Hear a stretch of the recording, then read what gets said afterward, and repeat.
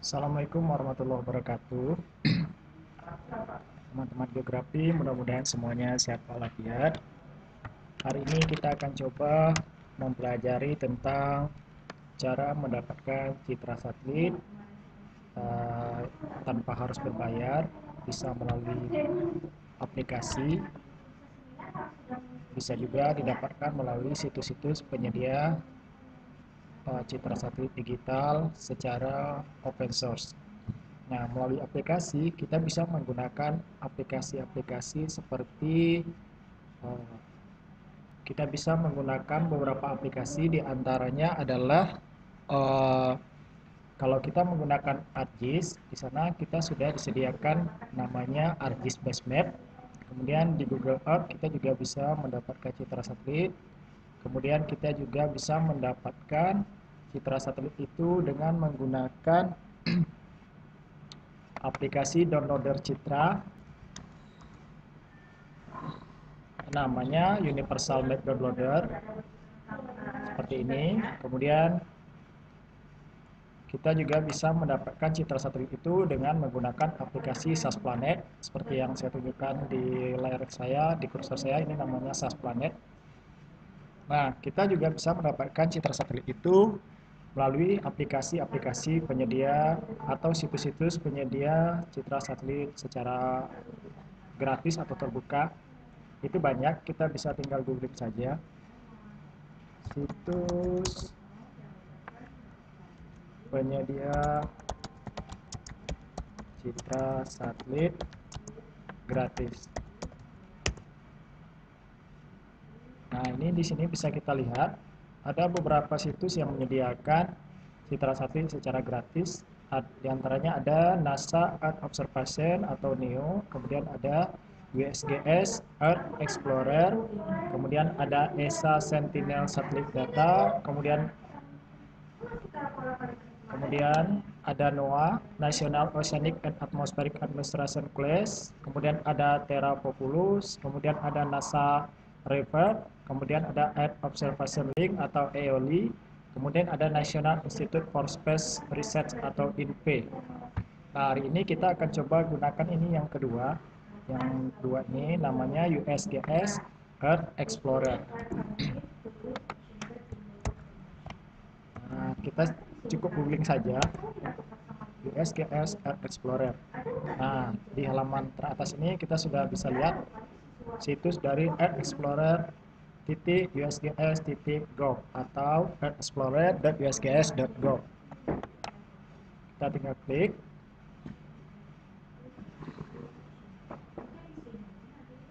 Nah, kita langsung diantarkan ke halaman Earth Explorer USGS. Nah, di sini kita bisa login kalau kita sudah punya akun USGS-nya, tapi kalau belum kita bisa daftarkan dengan cara klik login di sini. Kemudian kalau belum punya akun, kita bisa buat akun baru dengan cara mengklik create new account. Nah, ini kita bisa membuat nama kita di sini, username. Kalau saya upayakan menggunakan username yang kemungkinan jarang digunakan oleh orang lain, jadi gunakanlah huruf besar, huruf kecil, kemudian ada kombinasi uniknya seperti saya misalnya menggunakan Hendra_Saputra. Tapi karena sebelumnya saya sudah pernah mendaftar, makanya di sana itu ada keluar Hendra Saputra 230887, jadi saya gunakan kode yang lain, Hendra Saputra 23. Kemudian buat password, ya passwordnya yang mudah diingat, tapi sebaiknya ada kombinasi huruf besar dan huruf kecil.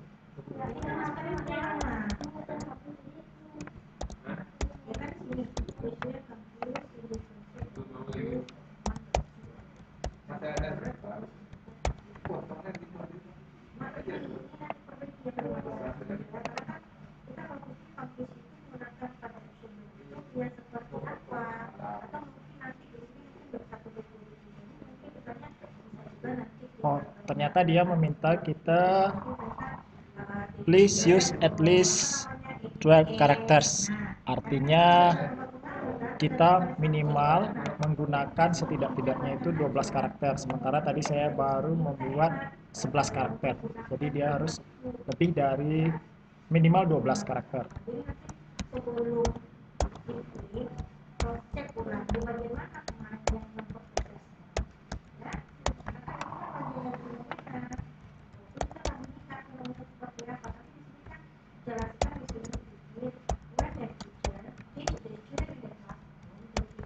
Oke, kita coba ya.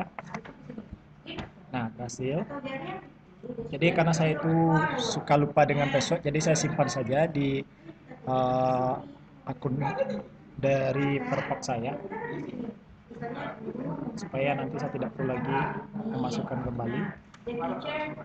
Kemudian in what sector do you work? Jadi dia bertanya kita bekerja di sektor apa. Nah, supaya mudah, kita buat aja non profit organization, karena kita memang bergerak di bidang pendidikan, jadi itu non profit.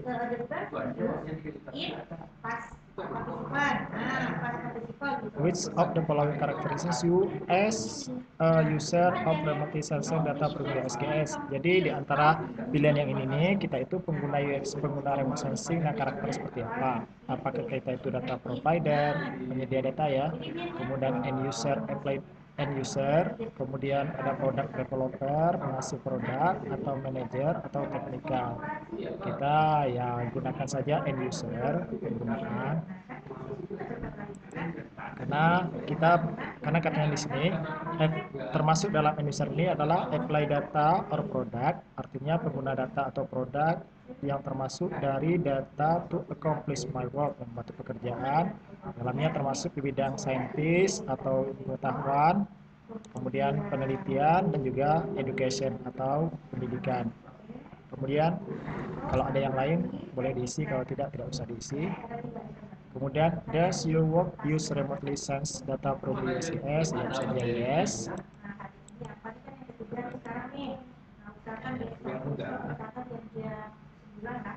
What is the primary application for which you have used remotely sense data from USGS in the past years?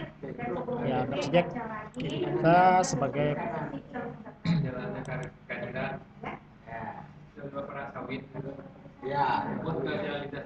kemudian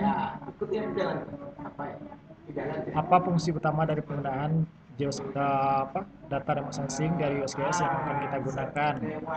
Pengguna pertama bisa di bidang agriculture forecast, agriculture management, bisa digunakan untuk assessment and taxation. Nah, itu kita pilih sesuai kebutuhan kita saja. Kalau saya lebih suka menggunakan untuk education saja.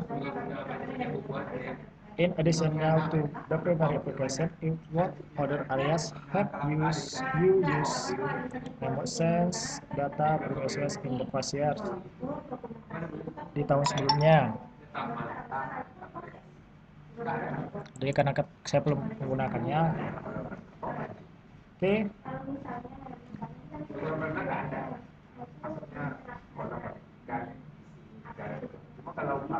Kita klik aja continue to contact information.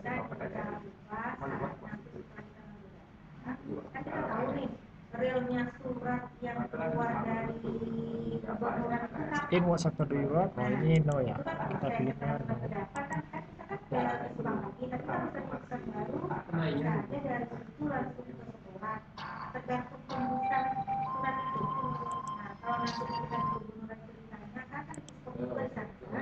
Kita isi aja ya. How important will free and open access to remote sensing data privacy be to productive work? Bilang aja sangat berguna. Oke, nah berarti kita sudah aman sampai di sini. Baru dia minta nama kita, ini kita buat saja Hendra, nama saya ya.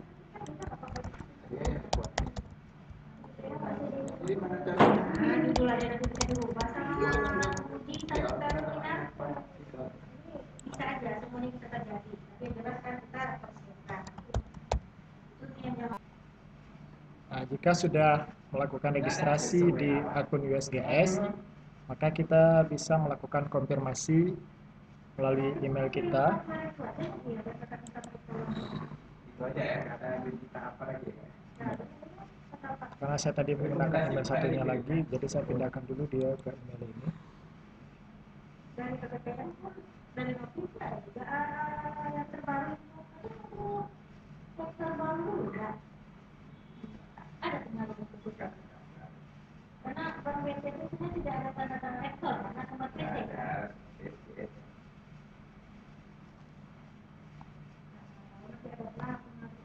Kita lihat kotak masuknya. Oh ya, ini dia registrasi konfirmasi dari USGS-nya.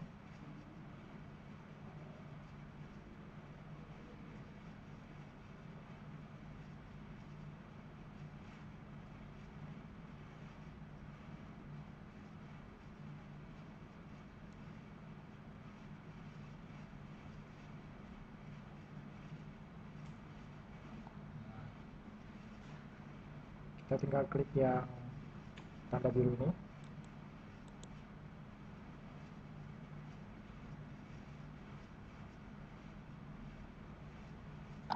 Oke.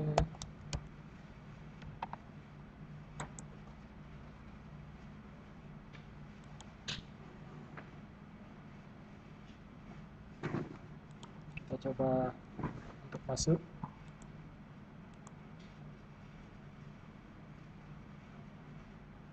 Oke, nanti kita sudah sukses untuk konfirmasi emailnya juga.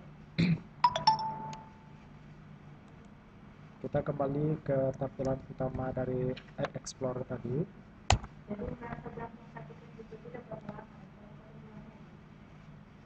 Kan saya bilang ke Pak tetapi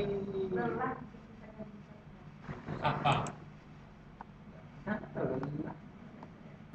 Di tampilan utama layar ini, kita bisa lihat dan memilih area yang kita ingin dapatkan citranya. Nah, di bagian search kriteria ini, kita bisa isi kriteria yang kita inginkan dari citra tersebut. Nah, di kolom enter search kriteria, yang pertama itu ada pilihan kita bisa masuk menentukan area yang akan kita dapatkan, area citra yang kita dapatkan, bisa menggunakan GeoCoder, atau bisa juga dengan mengupload sebuah file berformat KML atau berformat save file. Nah, dalam hal ini untuk hari ini kita gunakan GeoCoder, kemudian kita gunakan Fed and Row.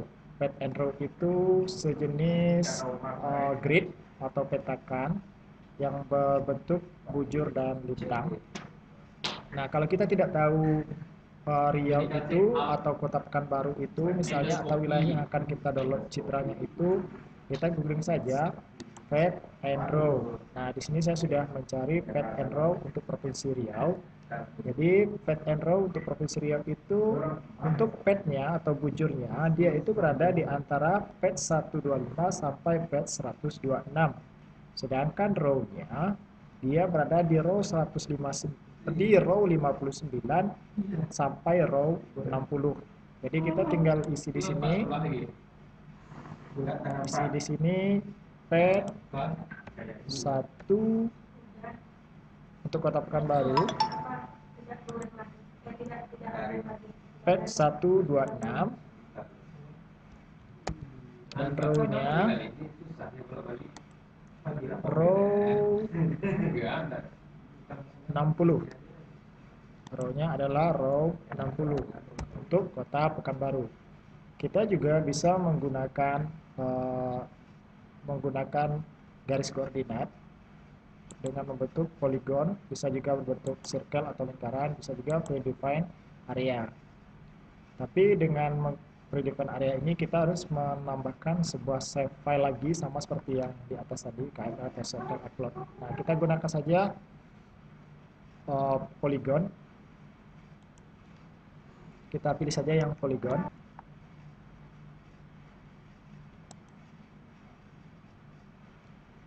Nah, dengan memilih polygon, kita tinggal blok untuk Kota Pekanbarunya sendiri.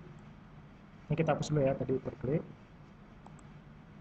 Area Kota Pekanbaru kita, karena ini berbentuk polygon, jadi dia harus mengambil ke 4 titik.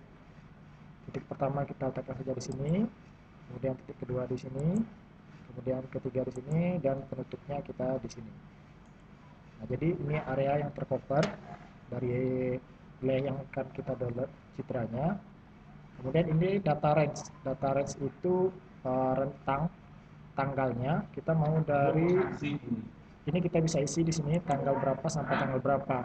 Karena Citra Landsat itu memiliki resolusi temporal atau waktu kembali ke titik yang sama itu adalah 16 hari.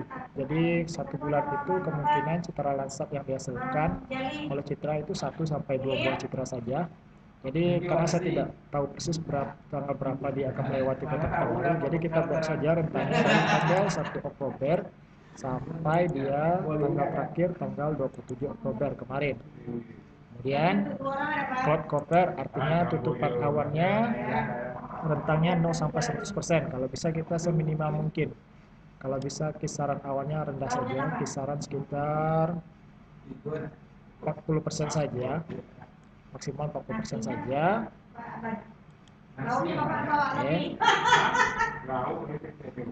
Nah, kalau sudah semua kriteria sudah kita masukkan, kita masuk lagi ke dataset. Dataset ini kita memilih kita mau mengambil citra apa. Nah, di sini di sini ada banyak citra yang disediakan oleh situs Explorer ini. Ada Aerial Imagery, ada APHR, ada Geos Legacy, kemudian ada Digital Elevation, kemudian ada Digital Line Graphics, kemudian Digital Map. Nah, kita gunakan citra untuk hari ini kita gunakan citra Landsat. Kita juga bisa citra Sentinel, tapi hari ini kita gunakan citra Landsat. Nah, citra Landsatnya saya checklist citra Landsat 7 dan citra Landsat 8. Landsat 7 itu generasi sebelumnya, dan yang terbaru itu citra Landsat 8 atau citra Landsat Poli. Oke, saya checklist ini citra Landsat 7 dan citra Landsat 8. Jika sudah, jika masih ada kriteria yang kita tambahkan, kita bisa tambahkan lagi. Ini waktu lagi nasi putih dikira-kira. Bukan, jangan makan. Satu lagi ya. Ketika terdapat. Jika sudah cukup, kira-kira kita tinggal klik hasilnya atau result. Nah,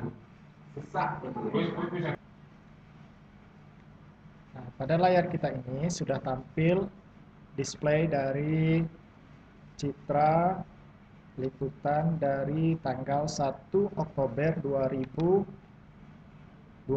sampai tanggal 27 Desember 2020. Nah, di sini ada 4 citra yang berhasil direkam dari citra Landsat 8. Yang pertama itu citra yang direkam tanggal 12 bulan 11 tahun 2020 dengan patch-nya itu patch 126 dan row-nya itu adalah row 60. Jadi kita bisa cek ini masuk nggak kota Pekanbaru ini dalam liputan citranya. Kita bisa cek dengan cara mengklik show browse overlay. Nah, di sini kita bisa lihat bahwa ternyata patch and row 126 dan row 60 ini ternyata lebih banyak mengambil liputan untuk wilayah timur dari Provinsi Riau, lebih tepatnya ini ke sekitar Kabupaten Siak, kemudian Kabupaten Pelalawan, kemudian juga Kabupaten Indragiri. Nah, jadi bagi teman-teman yang berasal dari kabupaten-kabupaten di wilayah timur ini bisa mengambil patch 126 dan row 60. Sementara kota Pekanbaru sendiri di patch 126 dan row 60 itu liputannya hanya sedikit saja yang kena. Jadi ini tidak bisa kita gunakan untuk kita yang mengambil citra kota Pekanbaru. Kita coba lagi untuk yang kedua. Yang kedua ini adalah citra yang direkam tanggal 27 bulan Oktober tahun 2020. Patch-nya 126, row-nya adalah row 60 juga. Kita coba dulu buka. Nah, ini sama ya dengan yang tadi. Tapi bedanya ini liputan awannya lebih sedikit. Ya, ini kisaran liputan awannya mungkin sekitar 30%. Kalau yang tadi sangat besar sekali liputan awannya. Jadi saran saya untuk teman-teman yang di Kabupaten Pelalawan, kemudian wilayah timur dari Provinsi Riau ini bisa menggunakan citra yang ini, yang tanggal 27 bulan 10 tahun 2020. Kita coba lagi yang berikutnya. Yang patch-nya adalah patch 127 dan row-nya adalah row 59. Kita coba dulu dia apakah Pekanbaru masuk dalam liputan wilayahnya. Nah ini dia, ya ternyata sebagian kota Pekanbaru sudah masuk ke dalam liputan wilayah ini. Ini kalau mau kita gunakan, kita bisa gunakan. Tapi kalau tidak, karena ada bagian selatannya ini yang tidak masuk wilayah liputan. Tapi kalau kita mau gunakan yang ini cukup bagus karena tutupan awannya sangat minim. Jadi ini bisa kita gunakan, tapi sebagian harus digunakan juga liputan dari pad and row wilayah yang lain. Nah yang terakhir ini pad and row 127, row padnya 127, row-nya adalah row 60. Direkam tanggal 2 bulan 10 tahun 2020. Kita coba dulu. Nah ya ternyata dia meliputi hampir seluruh wilayah Pekanbaru masuk liputan ini. Kemudian juga Kabupaten Kampar. Tapi dia memiliki tutupan awan yang sangat besar. Cuman kita lihat dulu untuk kota Pekanbarunya sepertinya tidak begitu besar tutupan awannya. Jadi ini bisa kita gunakan. Nah kalau kita mau download, kita tinggal klik yang gambar tanda panah hijau ini. Di sana muncul tulisan download option. Jadi kita tinggal klik bagian ini, product option. Nah di dalam product option ini kita bisa lihat penjelasannya, namanya, yang kita gunakan yang ada kode bandnya.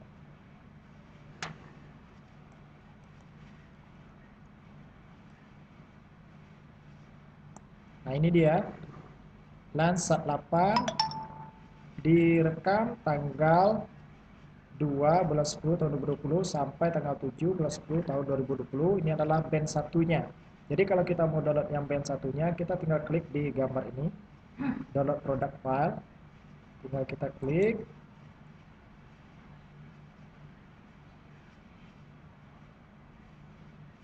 Nah ini dia. Kita tinggal simpan. Karena tadi sudah saya download, jadi ini tidak perlu saya simpan lagi. Ini sudah berproses.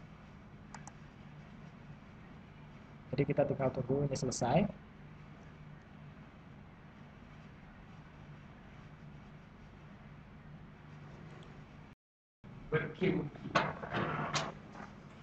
Nah ini kita sudah selesai mendownload citra Landsat 8 yang sudah tersimpan di folder downloadnya. Jadi kita bisa tinggal buka.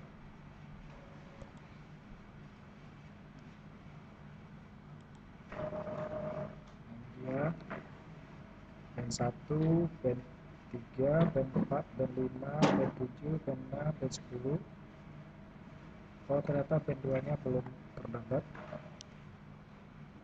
Band 2 ya belum terdownload. Jadi kita buka dulu band 2 nya.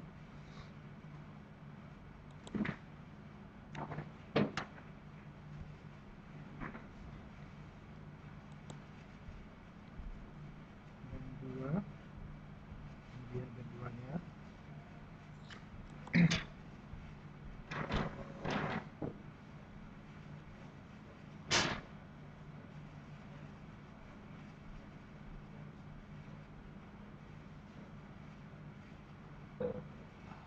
Yang sudah kita download tadi,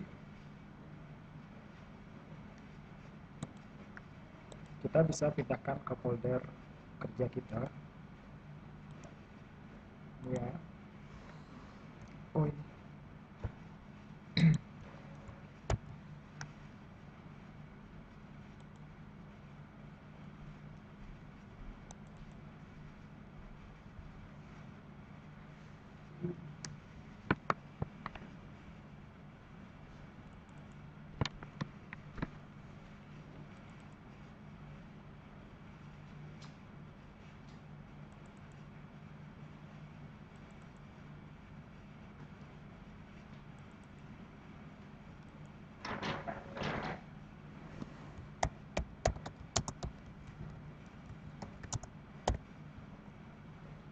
Saya buat folder namanya Citra Rasa. Kalau itu masih bisa, Pak. Kalau itu Bisa aku pindahkan bisa. yang tadi ke sini. Oh, ini ternyata ada pen 5-nya juga belum terdownload. Jadi kita download lagi karena tidak tersimpan barangkali.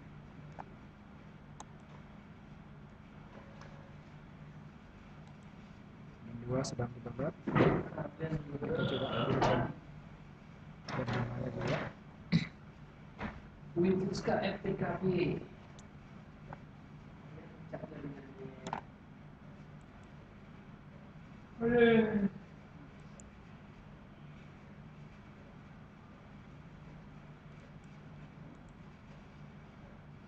Oke, untuk proses cara mendapatkan Citra Satelit secara gratis melalui situs App Explorer dari USGS, saya pikir tutorialnya cukup sampai di sini. Terima kasih. Assalamualaikum warahmatullahi wabarakatuh.